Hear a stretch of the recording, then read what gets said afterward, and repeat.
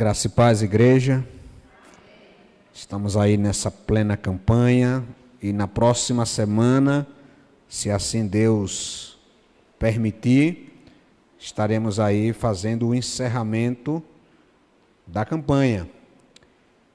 Pela manhã eu falei, mas alguns não estavam aqui, então só enfatizando que nós não estaremos aqui.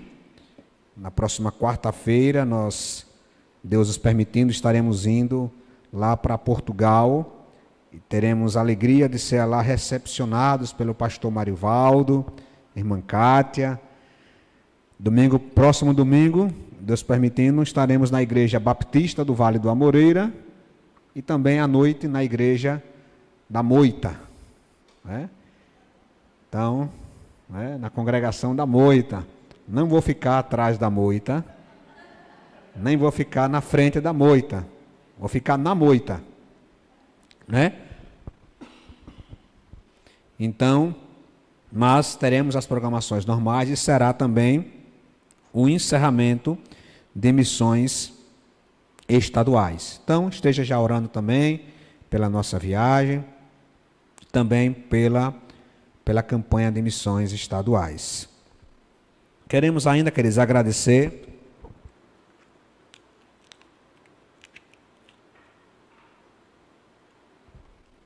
aos nossos visitantes, né, mais uma vez, enfatizar ali que não foi mencionado, Kátia, irmã Kátia, Deus abençoe grandemente, mãe do meu sobrinho Cezinha, então Deus abençoe grandemente, muito bom tê-la aqui conosco. Não sei se chegou mais alguém depois.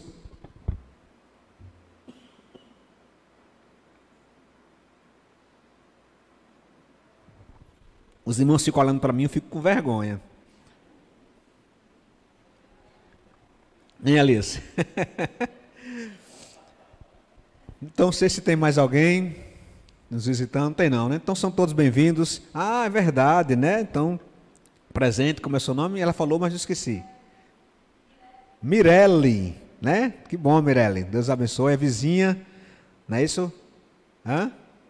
Vizinha de Gabi, né? Então, graças a Deus. Sejam bem-vindas, né? Lá atrás, olha a mãe de Eduardo, né? E de Ricardo, né? Deus abençoe. Eu esqueci o nome. Vilma, né? Irmã Vilma. Deus abençoe, irmã Vilma. Muito bom tê-la aqui conosco. Tá? Queridos, nós vamos meditar hoje em um campo dos mais difíceis da Bíblia.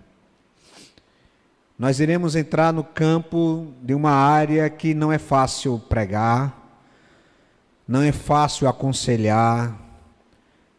A gente é tentado a ter respostas rápidas, mas não respondem, que é a área do sofrimento, a área das adversidades, que é a que nós estamos chamando de tempestades da vida.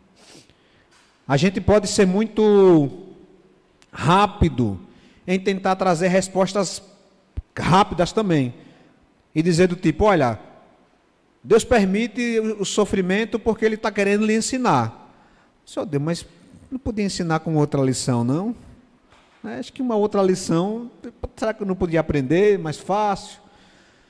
Então, não responde de maneira completa.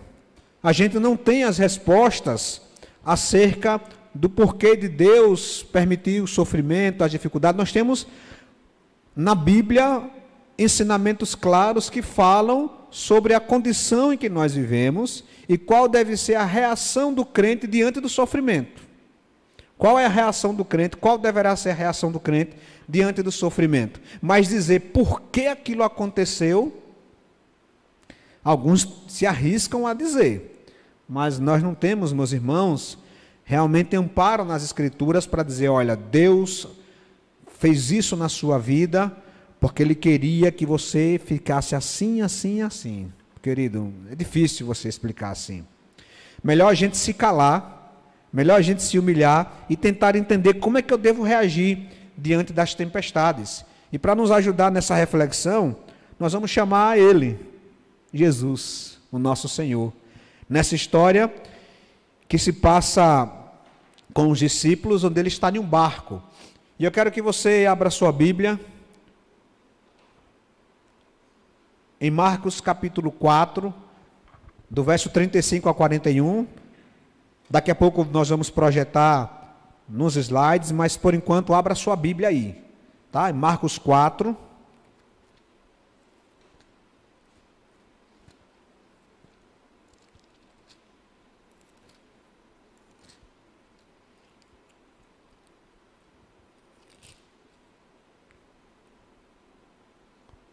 Do verso 35 ao 41.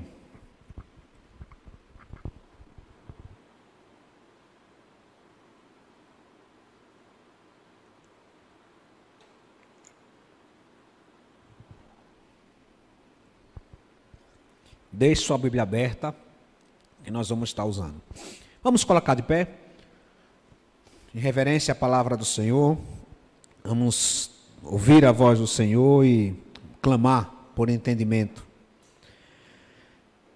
Marcos 4, a partir do verso 35, que diz: Naquele dia, ao anoitecer, disse Jesus aos seus discípulos: Vamos atravessar para o outro lado. Deixando a multidão, eles o levaram no barco, assim como estava. Outros barcos também o acompanhavam. Levantou-se um forte vendaval, e as ondas se lançavam sobre o barco, de forma que este foi se enchendo de água. Jesus estava na popa, dormindo com a cabeça sobre o travesseiro. Os discípulos o acordaram e clamaram: Mestre, não te importa que morramos? Ele se levantou, repreendeu o vento e disse ao mar: Aquiete-se, acalme-se. E o vento se aquietou e fez-se completa bonança. Então perguntou aos seus discípulos: Por que vocês estão com tanto medo? Ainda não têm fé? Eles estavam apavorados e perguntavam uns aos outros: Quem é este que até o vento e o mar lhe obedecem? Pai Santo, nós queremos nos humilhar diante do Senhor, na beleza da Tua santidade. Queremos também nos humilhar diante da Tua palavra, que é a Tua vontade revelada para as nossas vidas. Queremos nos humilhar para que o Teu Santo Espírito nos ensine e edifique a Tua igreja nesta noite. Tudo para a Tua honra e para a Tua glória. É em nome de Cristo, nosso Senhor e nosso Salvador, que nós oramos. Amém. Pode se assentar, queridos.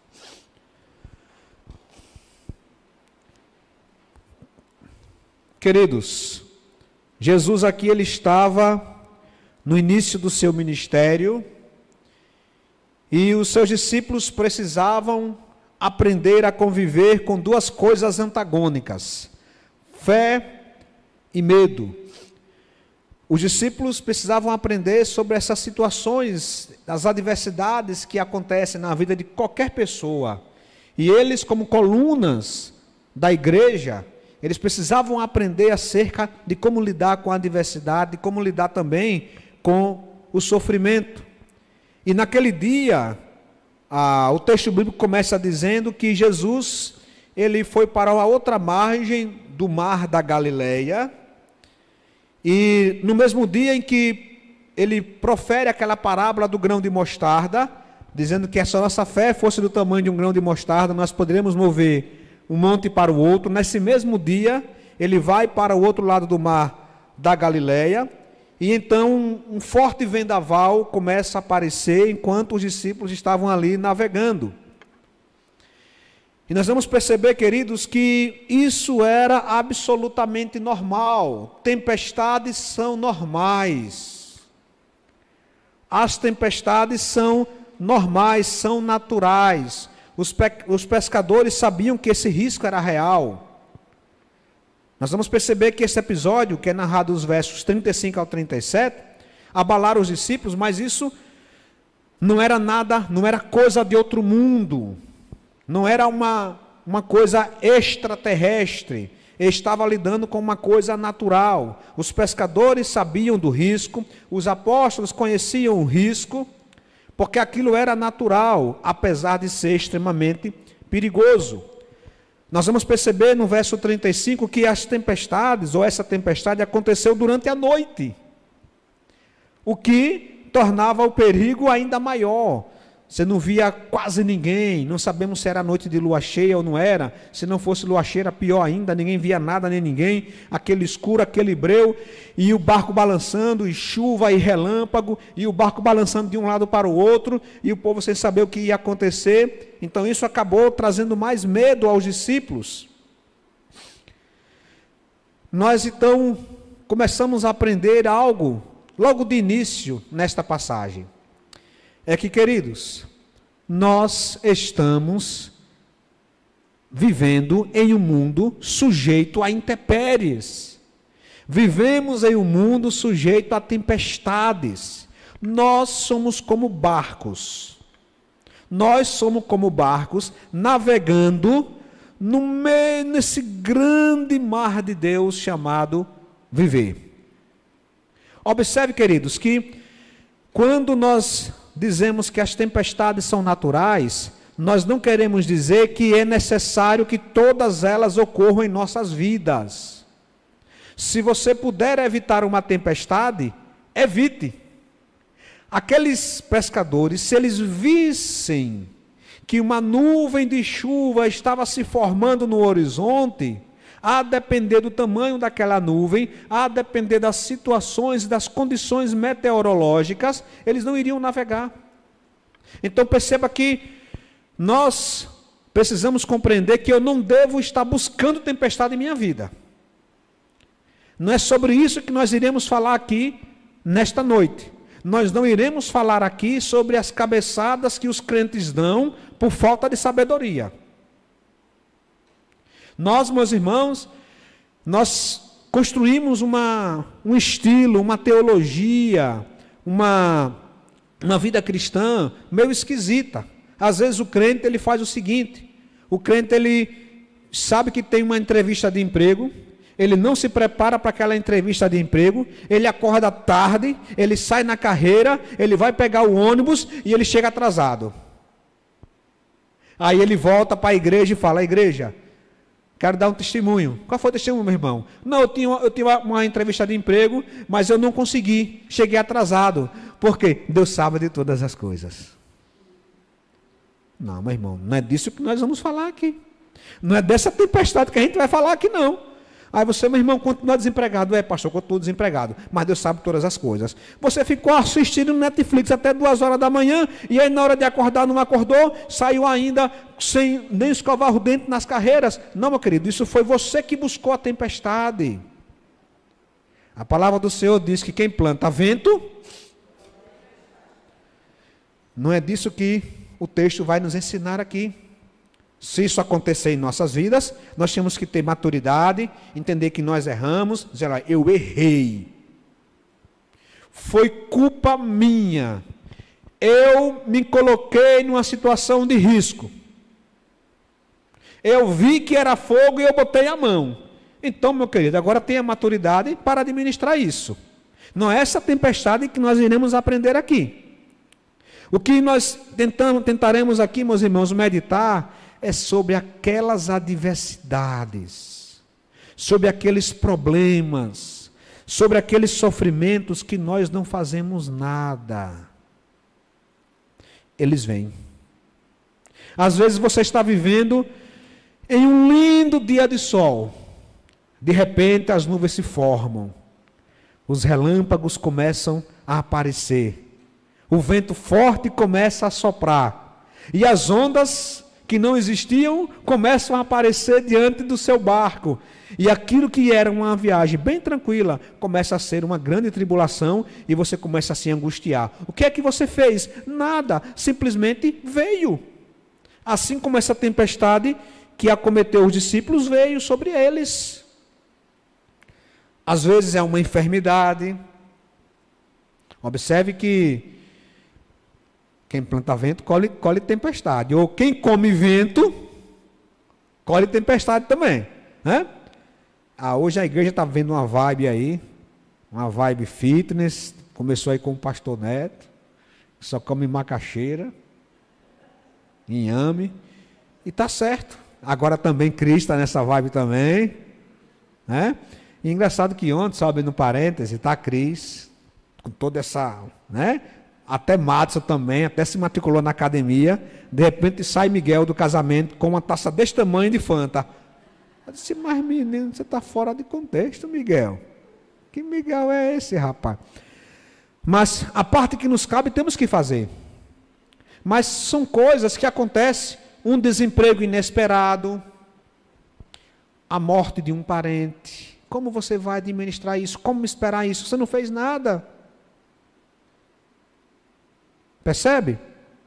Então, queridos, é nesse contexto de que a gente não faz nada, mas coisas ruins acontecem.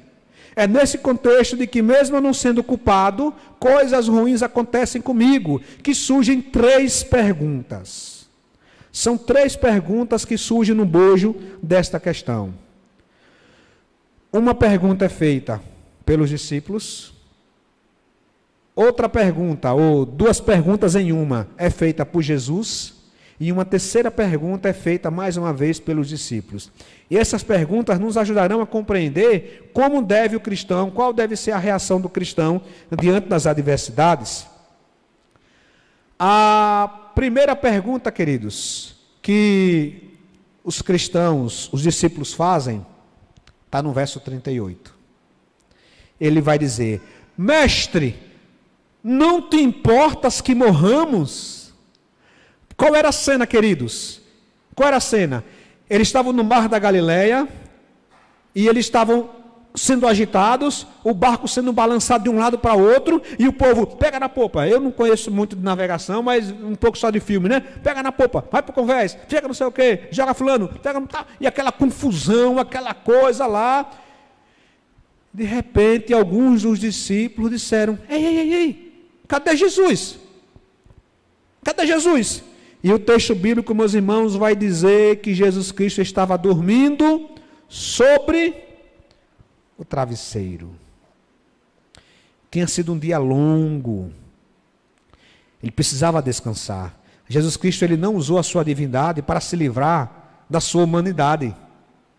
Ele não usou a sua divindade para se livrar da sua humanidade. Quando Cristo estava cansado, tinha que descansar. Porque ele é Deus, homem e Deus. Então, enquanto ele esteve aqui, ele viveu plenamente a sua humanidade. Então, quem é humano, quando se cansa, tem que descansar. E ele estava então lá, meus irmãos, descansando sobre o travesseiro.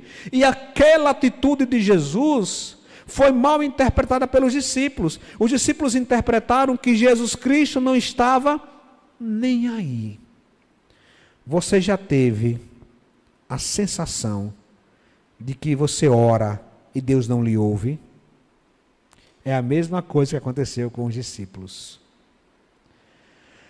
Aquela sensação de que você fala com Deus e Ele não lhe ouve, é uma sensação, meus irmãos, de fato e de verdade, que Jesus está dormindo. Mas será que de fato Jesus está dormindo? Será que de fato a Bíblia nos ensina nisso? Será que diante do desemprego, da doença, será que diante de um conflito familiar, de problemas que envolvem a alma, como depressão, ansiedade, fobia, solidão, será que diante dessas coisas, nós também podemos chegar diante de Jesus e dizer, mestre, você não se importa? Olha só como eu estou. Mestre, não te importas? Olha só como minha esposa, meu esposo está, ele não levanta da cama. Mestre, ele está com uma tristeza profunda. Mestre, a gente tem orado e nada acontece. Mestre, não te importas que morramos? Não te importa que pereçamos? Não te importa que a gente possa estar tendo problemas? Não te importas? É uma pergunta real, meus irmãos. Essa não é uma pergunta de uma pessoa, de um grupo de pessoas que está querendo pegar Jesus em algo não, como os fariseus não. Ali era uma pergunta real, tão real que nós também fazemos ela. Tão real que ela é. Senhor, o Senhor não está vendo a minha causa? Senhor, o Senhor não está vendo o meu problema? E nisso se instala, meus queridos, uma brecha de Satanás para minar a nossa fé, para destruir o nosso relacionamento, para destruir a nossa comunhão com Deus. É nessa brecha que muitos perdem a fé. É nesta brecha. Por isso que Jesus Cristo, ele, olhando para o coração, a mente e a situação dos discípulos, ele vai dizer uma segunda pergunta. Na verdade, são duas perguntas que nós vamos colocar em uma só frase. Cristo vai olhar para ele e vai dizer: por que vocês estão com tanto medo? Meus queridos, é uma palavra forte. Eu quero que vocês mergulhem, transportem para o momento. É noite, é escuro, é um barco pequeno, é um tototó. Não é uma lancha grande, um catamarã, não. É um tototó. Possivelmente com muitos reparos para serem feitos. Simples. E o povo estava lá, meus queridos, vendo a hora de naufragar. E ao naufragar, todos eles iam morrer, porque era muito distante da margem. A irmã Norma já conheceu o Mar da Galileia. Já viajou de barco no Mar da Galileia. É grande, minha irmã? Percebe? Eles iam morrer. É como o mar. É um mar de água doce, mas é tão grande, tão grande, tão grande, que chama de mar. Mar da Galileia. Então a situação era essa. Aquele povo naquela confusão, naquele balançar. Então ele disse: mas Senhor... E aí Cristo vem para eles. E o texto, meus irmãos, ele é claro. Cristo se levanta. Rapaz, não acredito. Aquiete-se. Acalme-se. O mar se aquieta automaticamente. E ele se volta para os discípulos. Os irmãos precisam agora compreender isso. E diz: por que vocês estão com tanto medo? Ainda não têm fé? Cristo aqui está colocando medo em contraponto à fé. O medo, ele é natural. O medo, ele é importante em alguns aspectos, não é verdade? Quando a gente vai passar por uma avenida, quando a gente vai fazer algo que a gente não está acostumado, e a gente tem aquele medo natural que Deus nos deu. Mas não é aquele medo, meu querido, que nos paralisa. Não é aquele medo que faz com que a gente questione. Porque quando o medo, ele já está impactando a sua fé. Sabe quando? Quando você questiona a bondade, a misericórdia, a paternidade, o pastoreio de Deus. Agora na pandemia, a gente teve medo. Natural, era algo novo. Todo mundo teve medo. Todo mundo começou a repensar a vida. Todo mundo começou a entender: meu Deus, infelizmente muitos foram embora. E o medo, ele era algo real. E em determinado momento, em março de 2020, as igrejas pararam de se reunir. De fato, tinha que ser parado. Ninguém conhecia aquilo. E a gente começou, aqui na PIBAF, nós ficamos parados de março até final de setembro, e em outubro voltamos. Mesmo com máscara, com todo o protocolo, fizemos uma mudança nos bancos, ficamos distantes uns dos outros, álcool em gel, tudo que poderia fazer. Muito mais rigoroso do que quem ia para o supermercado, para a feira e tudo mais. Mas alguns irmãos entraram em um medo muito grande. Alguns não voltaram a congregar neste período. E lá mesmo ficaram. Porque quando o medo começa a se instalar, de tal forma que começa a mudar a nossa vida, a gente deixa de fazer, a gente deixa de colocar a vontade do Senhor nas nossas vidas, deixa de realizar projetos de vida, alguma coisa está errada. Por isso Cristo olha para os discípulos e diz: por que vocês estão com tanto medo? Meus irmãos, se coloquem no lugar dos discípulos, a gente ia dizer: alô? Como assim? Por que, Jesus? O bicho está pegando aqui, o barco está balançando de um lugar para o outro, nós vamos jogar, nós vamos ser jogados, a gente vai morrer.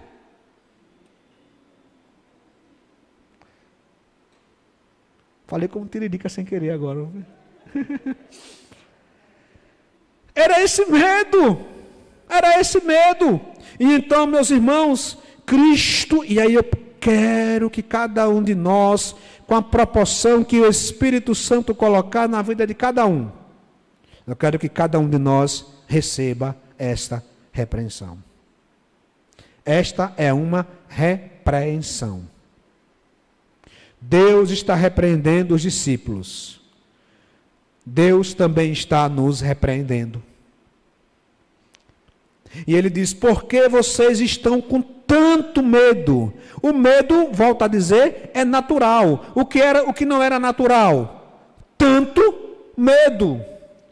O medo era normal. Gente, vixe, bateu um medo aqui. É natural. Mas o problema é tanto medo. Por que vocês estão com tanto medo? Não tem fé? Eles estavam ainda, meus irmãos, andando com Jesus. Estavam conhecendo Jesus. Eles precisavam conhecer, meus irmãos, quem era aquele a quem ele está servindo. Assim como nós também precisamos conhecer quem é esse que nós estamos servindo. Por isso, em meio às dificuldades, seremos tentados a fazer outras perguntas do tipo: onde está Deus? Por que Ele não me move?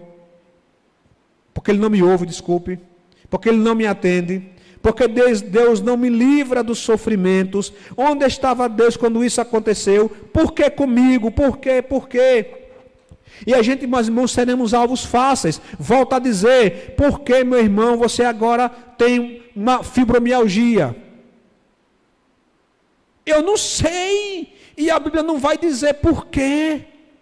Eu não posso dizer para você: olha, sua fibromialgia ou seu bico de papagaio é porque Deus está querendo lhe ensinar sobre eclesiologia, a importância da igreja. Como assim? Ele teve bico de papagaio? Não, porque Deus, Deus está querendo lhe ensinar com um bico de papagaio, está querendo lhe ensinar sobre como viver uma vida reta. Você está muito assim, aí Deus colocou isso aqui, para você aprender sobre como viver uma vida reta diante de Deus. Não tem essa explicação, meu irmão. Primeira explicação eu já dei. Vivemos em um mundo caído. Nós somos um barco.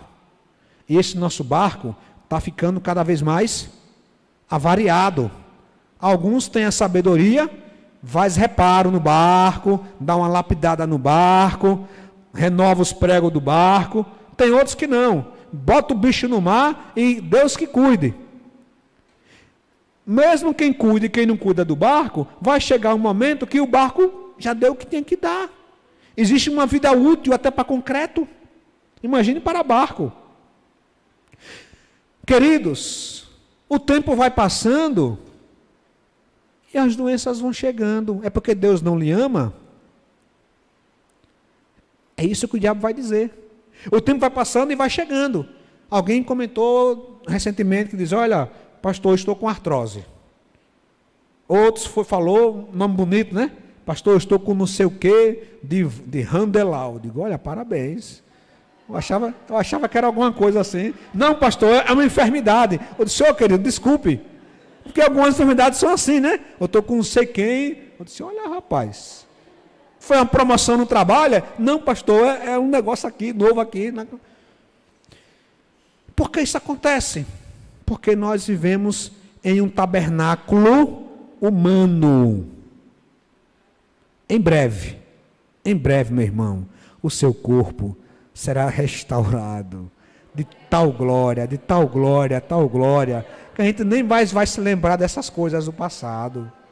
Agora, enquanto não chega lá, qual é a resposta de Deus para nós?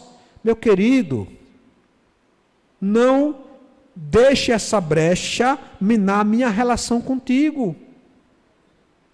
Quando é que o meu medo, quando é que o meu problema, quando é que a minha dificuldade é tanto medo para mim? Quando eu começo a questionar Deus, não paro de ler a Bíblia, paro de orar, paro de congregar, paro de cultuar, porque na minha consciência eu estou achando que Deus me largou. Deus não me ama. Mesmo a gente lendo que Deus prova o seu amor para conosco, não nos dando um DNA perfeito, mas enviando Jesus Cristo para perdão dos nossos pecados. Por isso, queridos, Cristo vai nos ensinar de maneira clara, e aí os discípulos, vendo aquela situação, eles fazem a terceira pergunta: quem é este? Quem é este que até o vento e o mar lhe obedecem? E aí, meus irmãos, eu não vou poder explicar tanto que eu vou dizer agora, mas o que eu vou dizer agora é verdade. Se o Senhor quiser, essa sua enfermidade, Ele dá um bicudo nela e nunca mais vai acontecer nada na sua vida. Não tem que fazer campanha, não tem que dar dinheiro, não tem que vir de joelho para a igreja, não tem que fazer nada, não tem que beber água especial, não tem que nada disso. Nada disso. Este é o Deus que você segue. Este é o Deus que diz: ei, psh, psh, parou. O mar que não é besta. Opa, que é isso? Foi mal. Eu não sabia que era o Senhor. Foi mal. Eu pensei que era outro, já estava esmagando aquele discípulo barbudo, mas quando eu vi o Senhor, este, meus irmãos, é o Deus a quem nós servimos. Uma música nós cantamos muito bem: se Deus quiser, Ele fará, e nós glorificaremos e louvaremos. Mas se Ele não fizer, qual é a reação do crente que está maduro, que está amadurecendo, melhor dizendo? Ele compreende a brevidade da vida, a temporalidade da vida. Ele entende que Deus está trabalhando o seu caráter, trabalhando a sua vida. Ele entende que Deus não prometeu vida perfeita aqui, e ele vai dizer: Senhor, atende, meu Pai, atende o teu pedido. E ele tem que crer. E agora, meus irmãos, esse é um grande mistério. Esse mistério é esse que Cristo vai dizer, que aquele que pede recebe, e que Ele tem alegria em conceder desejo a seus filhos. Durma com um barulho desse. E a gente não tem como saber dessas coisas. Mas esse medo não pode nos paralisar. Quem é este? Este, meus irmãos, eu peguei só alguns exemplos. Quem é este? Este, meus irmãos, é o Emanuel, é o Deus conosco. É este, é o príncipe da paz, é o ungido de Deus, é o filho de Deus, é o filho do homem, é o filho de Davi, é o alfa e ômega, é o verbo, é o leão de Judá, é o cordeiro de Deus que tira o pecado do mundo, é o rei dos reis, é o Cristo, é o autor da vida, é a brilhante estrela da manhã, é o alfa e o ômega, é o rei dos reis, ele é o nosso Senhor, nosso Salvador, o soberano Senhor. É este que diz o mar: para, e o mar para. Logo aí, meus irmãos, Cristo ensinou algo maravilhoso para aqueles discípulos. E Ele também está querendo nos ensinar nesta noite. Jesus nos chama para descansarmos nele. Meus irmãos, dormir em meio à tempestade, ou não atender de imediato às nossas orações, como nós queremos, não é ser insensível ao que está acontecendo conosco. Revela antes dependência total nossa a Deus. Foi isso que Jesus fez, e é isso que nós precisamos fazer. Precisamos, meus irmãos, nutrir essa dependência de Deus. E Ele nos chama para descansarmos nele. Por isso que Ele diz: olha, esperei com paciência pelo Senhor, e Ele se inclinou para mim. E ouviu?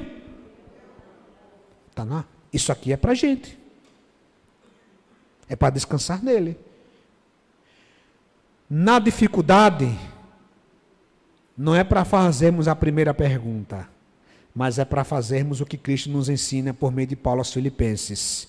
Não fique ansioso por coisa alguma. Antes, por meio das orações, súplicas e ações de graças, apresentem todas as suas adversidades, tempestades, moléstias a Deus, crendo que Ele atenderá. E que se Ele disser não, crendo que o propósito do Senhor é maior e melhor do que o nosso.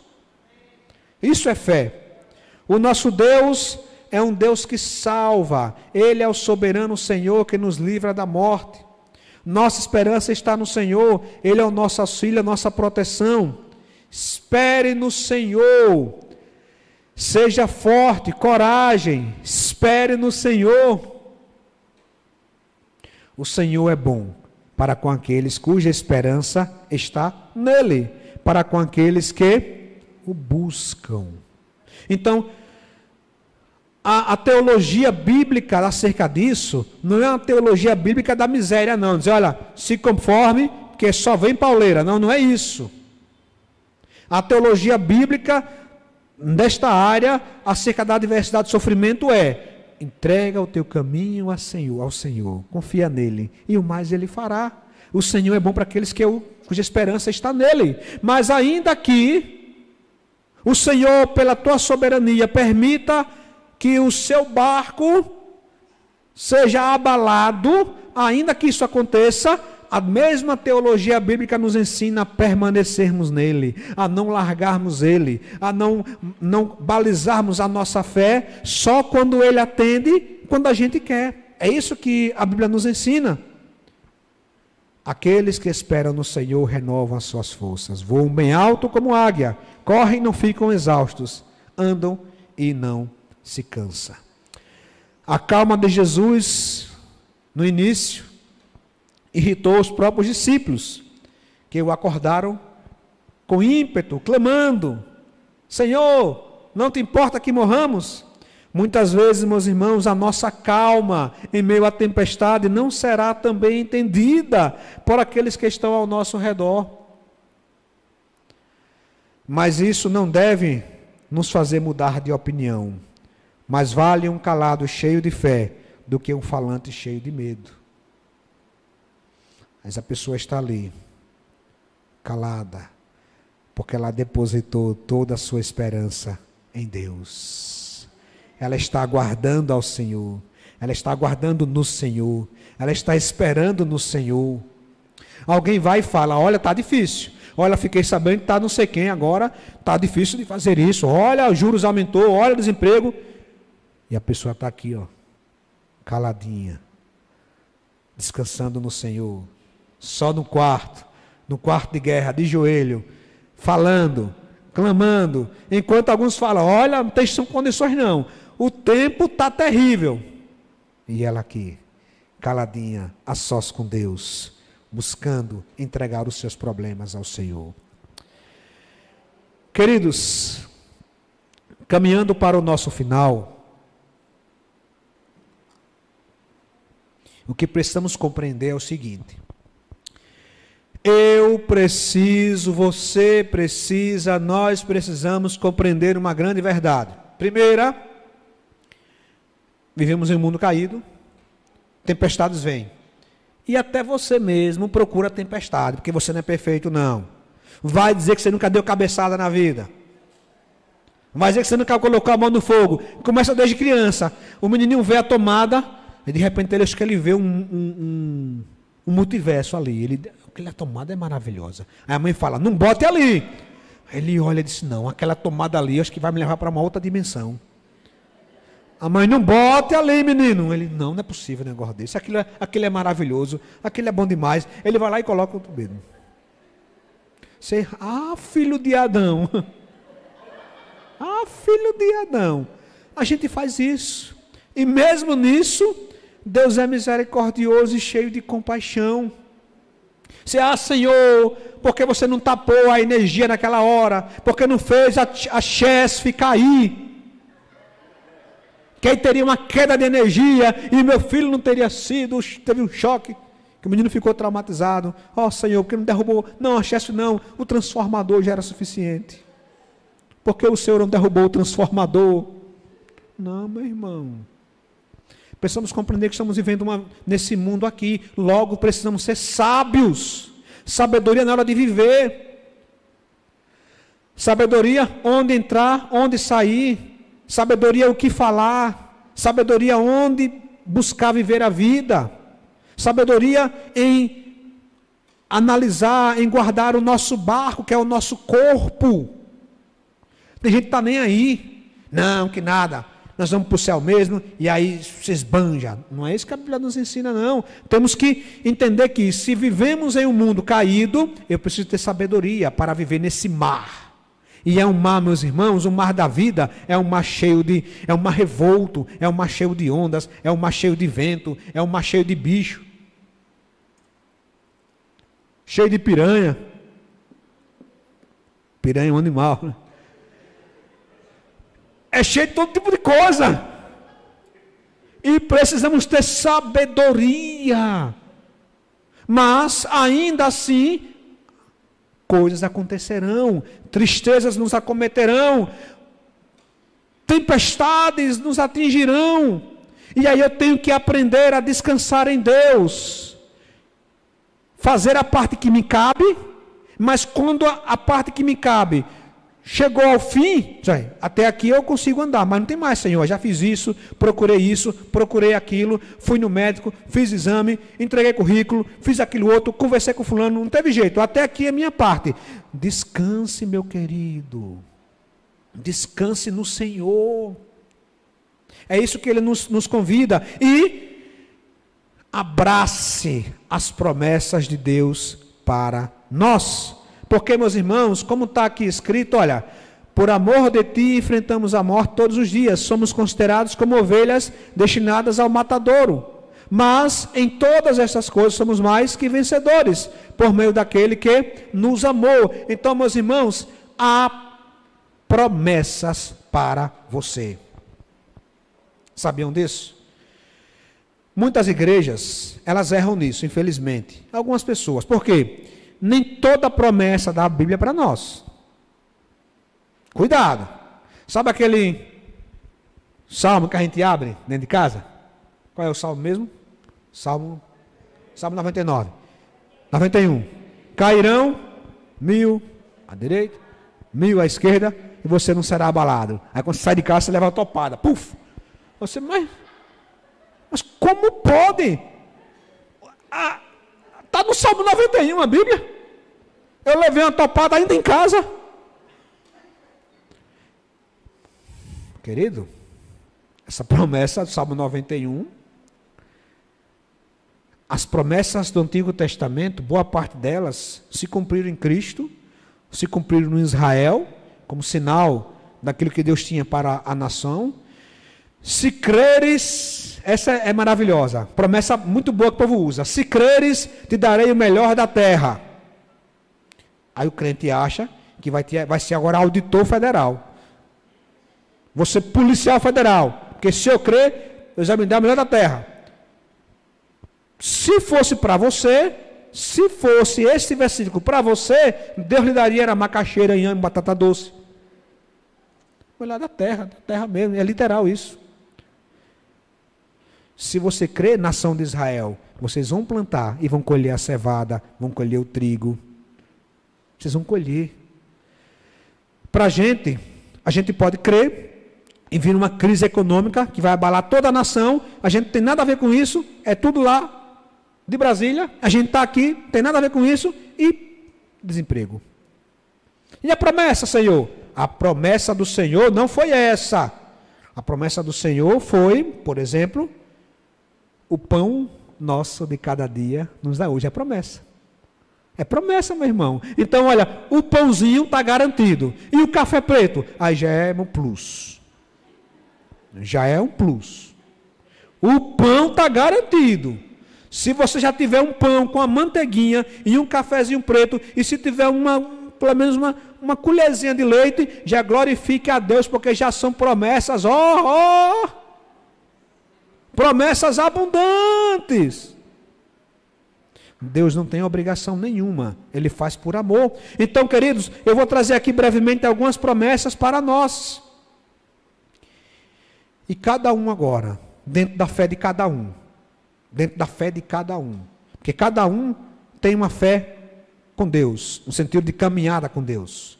Cada um tem um nível de caminhada com Deus. E você pode então pegar esses versículos e esse versículo pode falar muito a você ou não. Mas o meu desejo e a minha oração é que esses versículos possam estar dando a você e a mim, a todos nós, consolo e ensino. Primeiro, meus irmãos, Deus promete paz. Isso Ele promete. Não se turbe o coração de vocês. Creiam em Deus, creiam também em mim. A paz de espírito, Deus promete. É o barco, e o homem lá dormindo no travesseiro. Que devia ser um travesseiro duro, tá? Não é desses aí da NASA, não. Travesseiro duro. Balançando lá.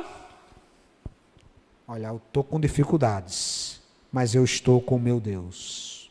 Eu confio no meu Deus. Então a paz no coração, meus irmãos, Ele nos promete. O que Ele também nos promete? Ele nos promete também vida plena. O ladrão veio para matar, furtar, roubar e destruir. Eu vim para que tenham vida e a tenham plenamente. Meus irmãos, volto a dizer, a promessa de Cristo não é teologia da miséria, não. É uma teologia de vida, de alegria, de paz. Não no sentido físico, material, mas no sentido espiritual. Você está bem. Meus irmãos, tem gente que come um pão, um bolachão seco, com alegria, com muita disposição, enquanto em outras casas come-se as melhores pizzas, com rancor no coração, com ódio, um brigado com o outro, e uma tristeza profunda no coração daquelas pessoas, e elas acordam de manhã e não sabem por que viver. Porque a vida de um homem e de uma mulher, segundo Jesus, não consiste na abundância, na quantidade dos seus bens. Temos que aprender a viver desta forma. Deus também promete, meus irmãos, descanso para as nossas almas. Ele vai dizer o quê? Olha, venham a mim todos que estão cansados e sobrecarregados, e eu lhes darei, e Ele vai dar descanso. Se Ele prometeu, Ele é fiel para cumprir. Se Ele disse, olha, quando você estiver cansado, quando estiver sobrecarregado, quando não tiver as respostas, porque você não vai ter as respostas, isso Ele não promete. Eis que eu vos darei todas as respostas. Ele não vai dar. Então quando você estiver angustiado, estiver atribulado, venham a mim, e você vai ver como eu vou lhe dar descanso. Você vai ser capaz de louvar a Deus, mesmo faltando algumas coisas, mesmo sem saber se vai ter condições de pagar o aluguel, mas você vai conseguir louvar a Deus, porque essas coisas são espirituais. Isso Ele promete. Ele promete também algo maravilhoso, que é a vida eterna. Quem crê no Filho tem a vida eterna. Isso Ele promete. Ele promete também, meus irmãos, o sustento material. Portanto, não se preocupem dizendo o que vamos comer, o que vamos beber, ou o que vamos vestir, pois os pagãos é que correm atrás dessas coisas, mas o Pai Celestial sabe que vocês precisam delas. Isso Ele nos promete. Somos filhos, meus irmãos. Somos acolhidos por esse Deus maravilhoso. Ele nos deu essa bênção. Ele também, meus irmãos, nos prometeu algo muito bonito, também muito bom, ouvir as nossas petições. Está passando aqui. Ok. Então ele diz, peçam e lhes será dado. Busquem e encontrarão. Batam e a porta lhes será aberta. Pois todo o que pede, recebe. O que busca, encontra. E aquele que bate, a porta será aberta. Qual de vocês, se o filho pedir pão, lhe dará uma pedra? Ou se pedir peixe, lhe dará uma cobra?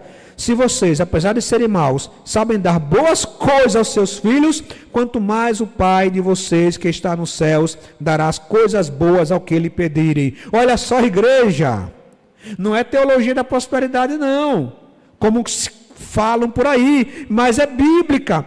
Jesus, o Pai, em nome do Filho, quer dar coisas boas para vocês.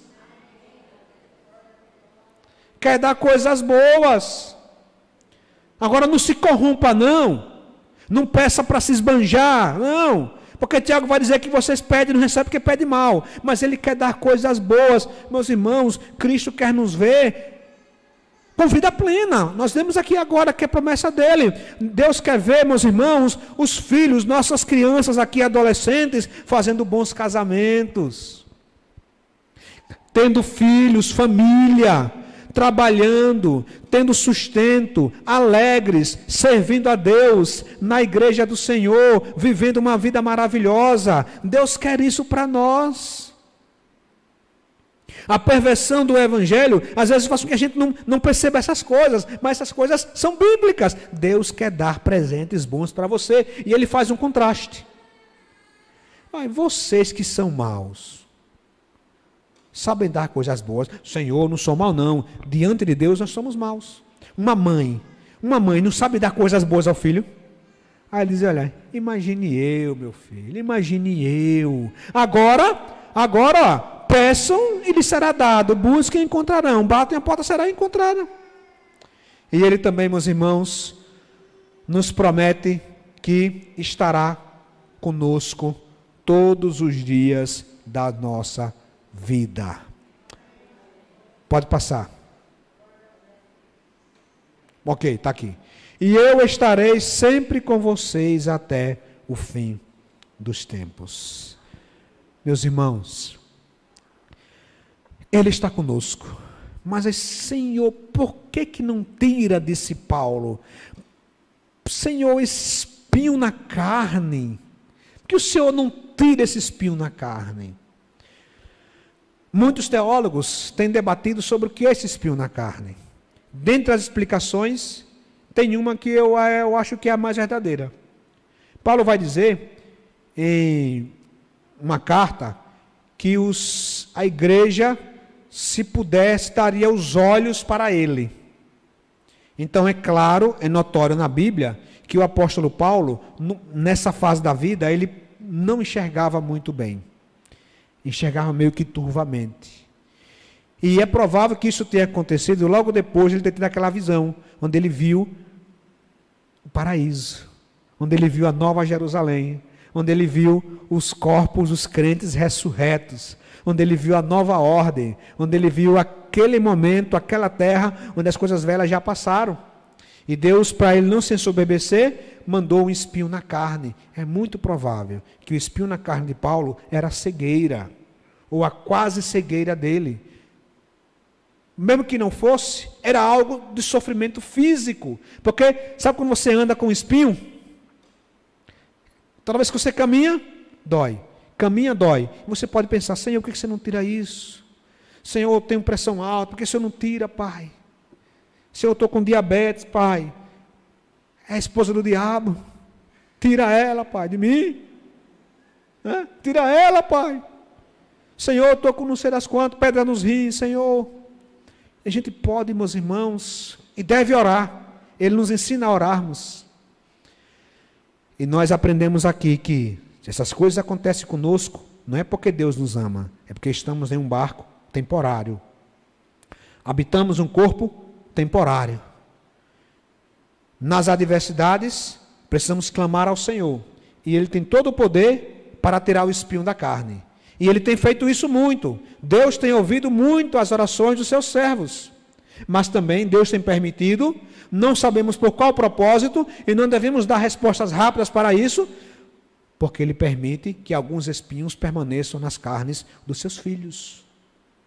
Mas mesmo com espinho na carne, mesmo com algumas dificuldades, mesmo com depressão, mesmo com ansiedade, mesmo tomando remédio de pressão, mesmo com diabetes, mesmo com fibromialgia, mesmo com pedra nos rins, mesmo com qualquer dificuldade, nós precisamos, meus irmãos, manter firmes na nossa comunhão, na nossa fé com Deus. Porque Ele vai nos dizer algo maravilhoso, com isso eu quero terminar, e convido-os a ficar de pé. Ele vai dizer isso para todos nós, meus irmãos. Eu lhes disse estas coisas, para que em mim vocês tenham paz. Vamos ler juntos? Eu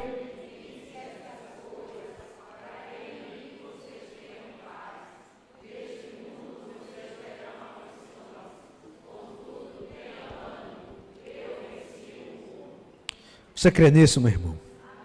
Ele está dizendo: segura a onda, eu estou com vocês. Vocês vão nas adversidades, aprendam a lançar tudo nos meus pés. Lancem tudo sobre mim. Está cansado, sobrecarregado, venha sobre mim. Eu vos atenderei. Mas nós não temos garantia de que tudo Ele nos atenderá. Mas mesmo que Ele não nos atenda em tudo que nós pedirmos, Ele diz: segura a onda. Eu venci o mundo, é passageiro, já teremos uma eternidade para usufruir, já teremos um corpo glorificado, meus irmãos, para estar, para nos alegrar. Segura, não perca a fé. Muitos abandonaram a Cristo nesse processo, porque questionam onde está Deus. Eles não compreendem que aqui no mundo, nós vivemos em um mundo com pecadores. Somos explorados por outros pecadores. E eles perguntam: onde está Deus? Que não viu meu pai ficar desempregado. Mas ele não sabe que o pai ficou desempregado porque a equipe diretiva daquela empresa, movida por lucros ávidos, não estavam nem aí para os subordinados, para os trabalhadores, e fizeram corte dos gastos. O que Deus tem a ver com isso? É o lucro desonesto, é a ambição, é a corrupção do ser humano que respinga em nós. Assim como as tempestades, meus irmãos, quando abalam o barco das famílias cristãs e das não cristãs. Os barcos não cristãos, elas falam contra Deus, elas amaldiçoam Deus, elas questionam Deus, porque eles não creem em Deus. Mas a nós, que somos o povo de Deus, Ele nos chama para descansarmos, para nos agarrarmos em Jesus, dizer: Senhor, o Senhor é o meu pastor e nada me faltará. Eu estou com o Senhor, o Senhor está trabalhando comigo. Não sei qual será o final disso, mas eu já sei que eu sou mais do que vencedor. Por isso temos que louvar a esse Deus, por isso temos que glorificar a esse Deus. E eu quero que você glorifique a Ele nesta noite, relembrando quem Deus é, o que Ele é, e que temos que descansar tão somente nele. Vamos lá.